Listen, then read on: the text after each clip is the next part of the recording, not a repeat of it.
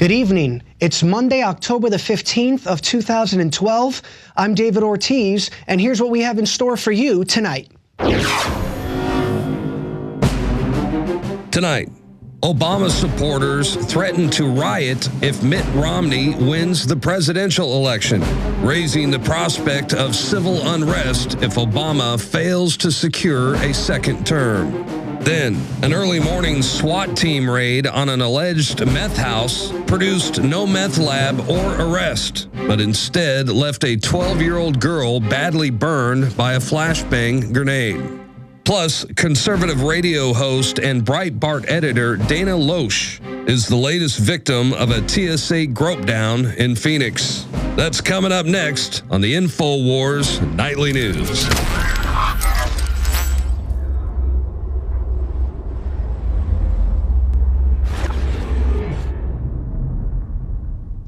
Welcome back. Well, a new study shows that global warming may not be occurring after all. According to the Daily Mail, a report was recently released by Met Office that shows that for the past 16 years, the world stopped getting warmer. That's according, again, to this report by Met Office. According to the Daily Mail, the figures, which have triggered debate among climate scientists, reveal that from the beginning of 1997 until August 2012, there was no discernible rise in aggregate global temperatures. This means that the plateau or pause in global warming has now lasted for about the same time as the previous period when temperatures rose, from 1980 to 1996. Before that, temperatures had been stable or declining for about 40 years. So there you have another report that says that the scientific community seems to be conflicted on this issue. This report is saying that temperatures haven't risen for quite a while, about 16 years. Yet don't tell that to the liberal left. Don't tell that to far left comedian Bill Maher, who insists that if you don't believe in global warming, you're a dummy. Don't tell that to Al Gore, despite the fact that he's made over $100 million scaring the public. They keep on wanting to perpetrate this lie. However, once again, this report disputes that. Here's what is really concerning is that regardless of whether global warming is occurring or not, our politicians here at home are creating legislation to pass global taxes, global carbon taxes. Mitt Romney says he supports a global carbon tax. So does Barack Obama. So regardless of the news and the data that continues to come in, our politicians continue to push forward on this issue.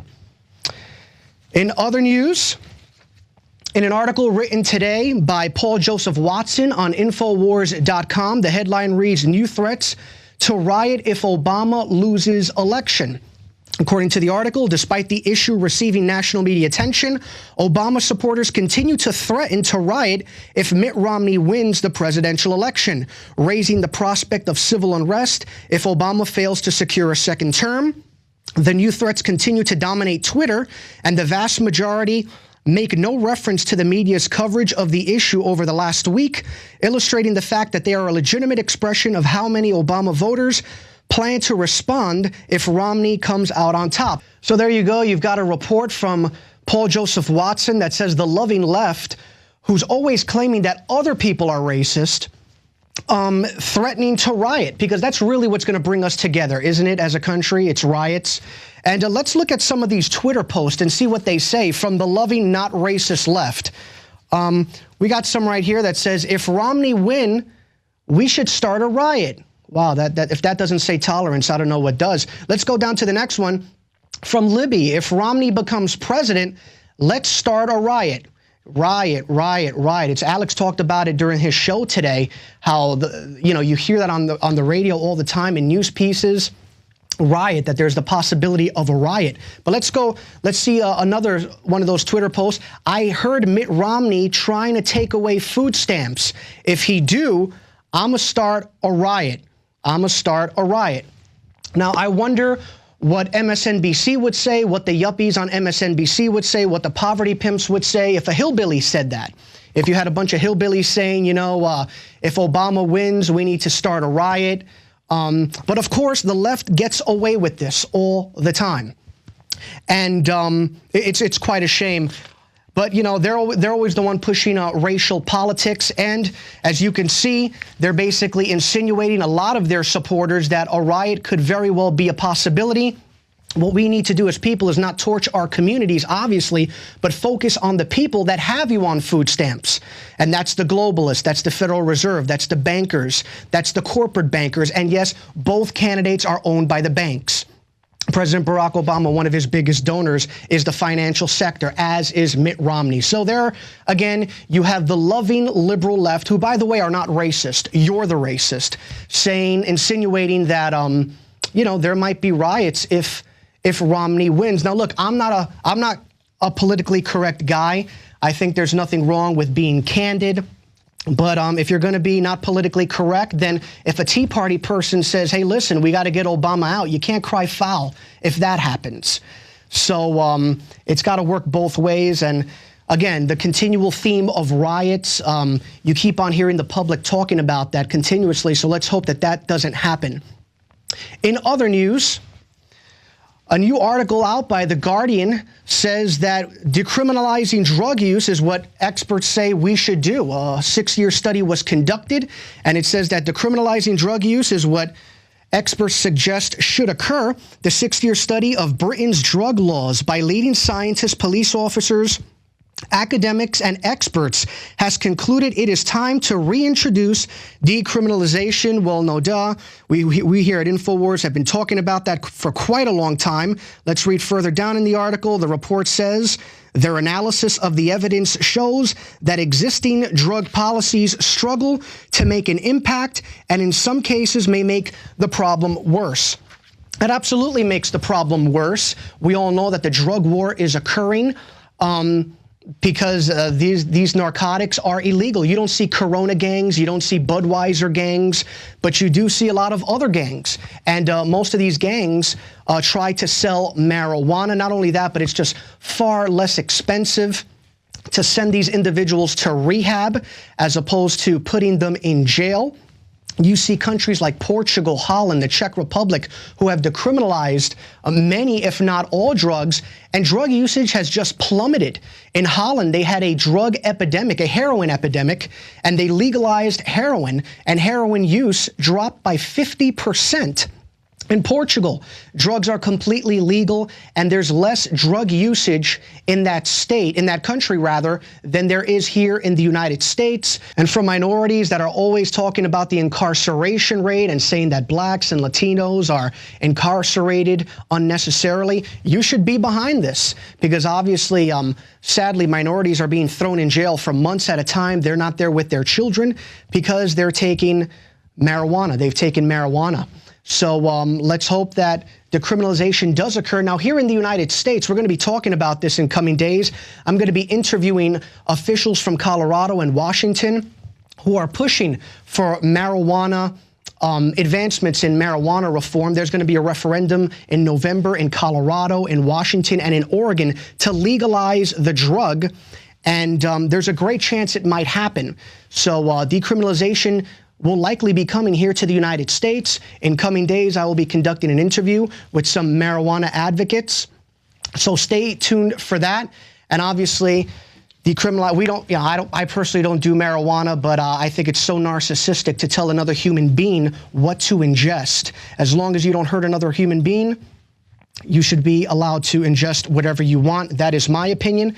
In other drug-related news, there was an article today on Infowars.com, and the headline read, "Child suspended from school for kombucha in lunchbox."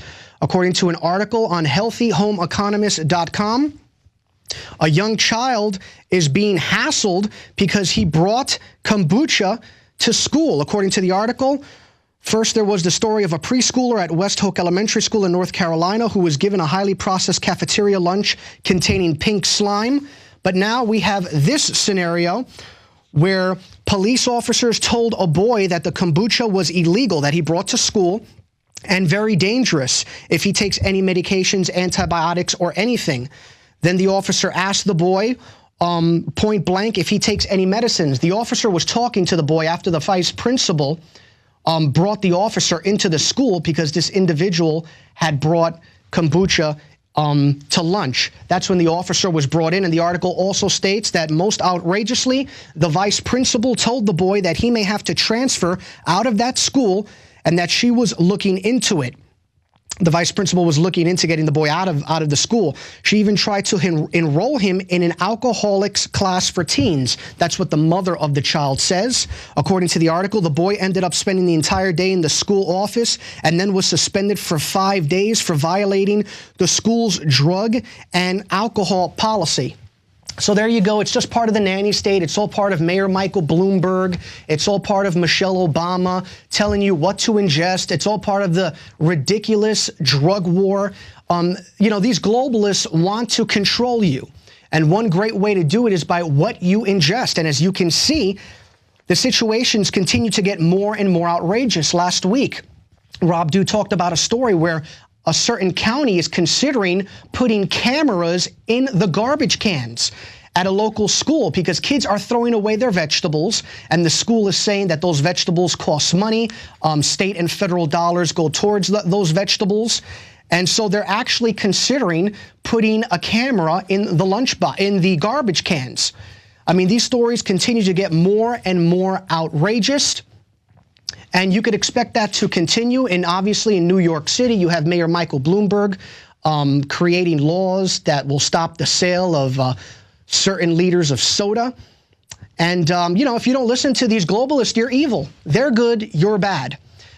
Speaking of globalists and the ridiculous drug war and the nanny state, recently in Montana, there was a minor dust-up. According to an article posted today on Infowars.com by Adon Salazar, it reads, bungled SWAT raid leaves 12-year-old girl badly burned. No meth lab was found. An early morning SWAT team raid on an alleged meth house produced no meth lab or arrest and instead left a 12-year-old girl badly burned by a flashbang grenade. Later on in the article, it reads that the parents said, a simple knock on the door and I would have let them in. Basically, they found nothing. And of course, you have the authorities in the article saying we're going to investigate the matter, but we all know how that goes. They'll just get a slap on the wrist. And that's just, you know, that's what occurs with this ridiculous drug war. Cops kick in your door, they'll shoot your dog. We've had stories where that has occurred. People get killed for no reason whatsoever. And to top it off, it's not even slowing the stem of, it's not even slowing the drug trade. People continue to ingest drugs. So at least I could somewhat understand what they were doing if it were slowing the drug trade, but it's not even doing that.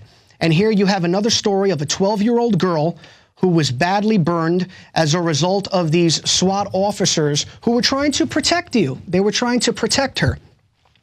Well, obviously, they failed, as sadly the drug officers often do. Now, in other news, a conservative radio host said that the TSA has groped her vagina. They've groped her anatomy.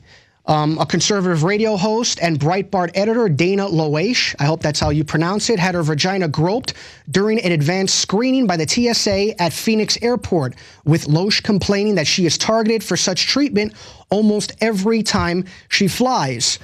According to the article, she says, quote, they performed the regular pat down, and then the agent informed me that she would be using the front of her hands to sweep my groin. She pressed and swept across my crouch 3 times. 2 times wasn't enough. Horizontally, and then, another 3 times vertically. In another circumstance, this would be sexual assault, writes the reporter. And cases like this are sadly quite common. Recently, Alex told me to do a review, which is now posted on the Alex Jones channel on YouTube, where I reviewed a new reality show, a new TSA reality show that glamorizes this agency. So we encourage you to go to the Alex Jones YouTube channel and view that. And it's called Airport 24/7. It's on, I believe, like the Travel Channel. And the TSA is just glamorized on that show. They're hardworking individuals who are simply, you know, trying to keep the American people safe. And according to the government, according to government statistics, in 2010, now this was 2 years ago, 50,000 Americans were pulled aside by the TSA because of they were concerned that quite possibly they could be terrorists. Of that estimated 50,000, 300 were arrested. However, of that group, none of them were terrorists. None of them were terrorists. But, you know, we need the TSA. We need to spend $8 billion a year on these individuals, despite the fact that they almost never catch a terrorist. I mean, this war on terrorism is so ridiculous. You have a better chance of being burglarized in your home than you do of a terrorist murdering you. But, you know, this is the war that they want to keep on promoting so that they can infringe upon our civil liberties. They want TSAs in the airport. They want the TSA checkpoints on the highways. It's all about conditioning. It's all about let's see how far we can push the American people. And keep in mind that in the month of November, in late November, we here at InfoWars are going to be sponsoring a program called Opt Out and Film Campaign, where we basically encourage viewers to go to their local airport, it's public property, and videotape the fondlers, the TSA agents doing their job. They say it's illegal. They are lying. It is not illegal. It's completely protected. It's part of your constitutional rights.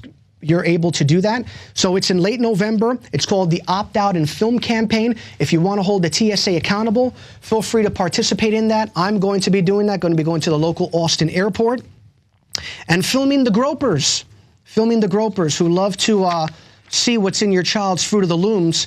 And by the way, if you restrain it all, you're the bad person. They are not, as you can see on that, taking pictures at the airport. TSA does not prohibit the public, passengers, or press from photographing, videotaping, or filming at security checkpoints. So you don't even have to have an airplane ticket. Just like if you're sending someone off, you could just, you know, pay a quick trip there. In other news, in another article posted today on Infowars.com, Iron Man-like exoskeleton could give astronauts, paraplegics improved mobility and strength.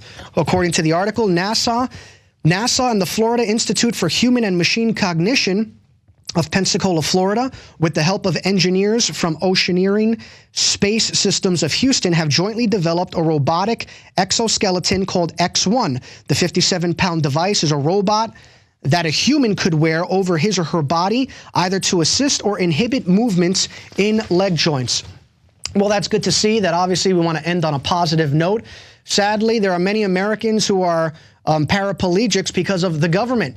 They're being told to go to wars. They're ingesting vaccines that they don't have to take, and as a result, it's obviously hurting them. But this is obviously good news, and NASA has obviously come up with other technology that has helped the public. You have this. You have a machine for people who have herniated disc, which I've taken. It's called the DRX 9000. If you have a herniated disc, NASA helped with that. The GPS, a lot of people don't know, but the GPS was created, and NASA had a lot to do with that also. So it's good to see that hopefully in time, paraplegics will be able to walk again, and we hope that that comes into fruition.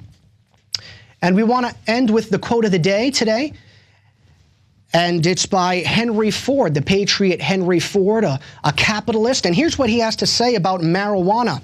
Why use up the forests which were centuries in the making, and the mines which required ages to lay down, if we can get the equivalent of forest and mineral products in the annual growth of the hemp fields? And that was from Henry Ford, the patriot. He created many, many jobs, but according to the system, if you feel what Henry Ford feels, you're bad, you're evil.